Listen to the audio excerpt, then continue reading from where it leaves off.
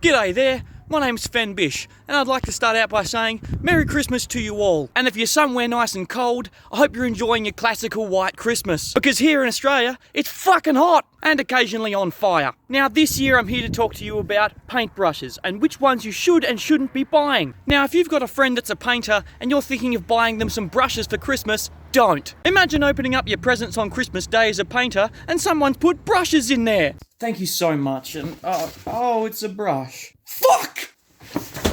But if they're not a painter or you've just got some general DIY shit to do at home, be my guest. First up is this piece of fucking garbage. Paint partner. Now, I know from the get-go how shit this brush is, and going through the checkout in Bunnings with it in my hand was downright embarrassing. It doesn't hold any paint, it doesn't cut straight, and it feels like it cost about 5 cents to make. But when you only pay $5 for a brush, you can't really expect much more. But if you're just gonna use this thing once, and then throw it straight in the fucking bin, then that's fine. It's probably the purpose of it, to be honest. Next up is the Pro Renovator DIY with this fucking lady on the front that's cutting about 3 inches higher than she should be. I hope she enjoys putting 5 coats on there since it's bloody yellow.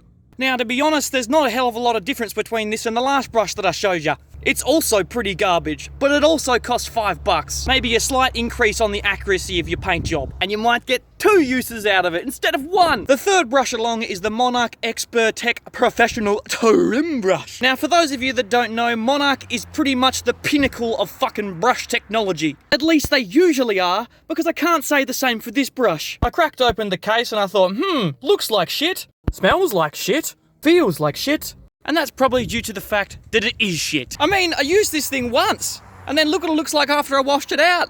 Looks like a dog's been chewing on the end of it. And in all fairness, this brush is made out of hog's bristle, which is off the back of a fucking pig. But even still, it cost $25. I thought to myself, do people actually buy these? Maybe it's got a special purpose that I don't know about. But if they don't, by God, Monarch, you've let me down. Next up is the Unipro wall brush. And despite the fact the packaging makes it look like you've just bought yourself a 3-pack of children's crayons, this brush is actually pretty fucking good. Very interesting packaging they have on these things. It has all these little inspirational DIY quotes.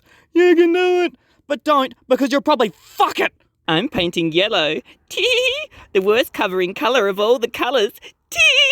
What's this bloke doing behind her? That's not how you do it. Where's your roller pole, you stupid cunt? What colour scheme is this anyway? Fucking West Coast Eagles colour scheme. I mean, it's not as good as some of the other brushes you can get. I wouldn't use it for everything. But when it only cost me fucking $11, I'm not mad. Next up is the line of Monarch Advanced brushes. Don't mind the tape at the bottom of the case, that's from where I pegged it earlier in the video and broke it. So come March next year, I've been painting for 10 years, which is just too long. But once you're in, you never get out. But I can say for the last 9.5 years, I've almost solely used these brushes. I haven't got a bad word to say about them. They cost $25, and rightly so. But don't go buying them for sealing hardwall plaster or cutting in render, because you'll very quickly fuck a nice brush. Save that for your bloody paint partner or fucking pro renovator. Here's a brush I have some beef with. Shitting Purdy's. Purdy, I'll give you a brush review for the next fucking 100 years. It's gonna be shit. I've been told by some older painters that these brushes used to be the creme de la creme. Everyone would want one, they were expensive, and everyone would have one. But somewhere along the line, something has changed, and these brushes just are not good. They are not good, I don't understand. In my time painting, I have bought one.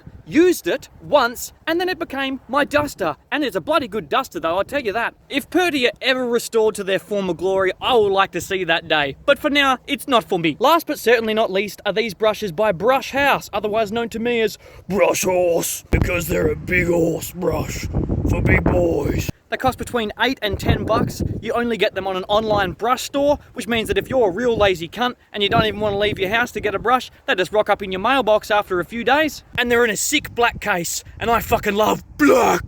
They're almost as good as a bloody Monarch for fucking, for fucking less than half the price. They've even got a name, the Flatliner.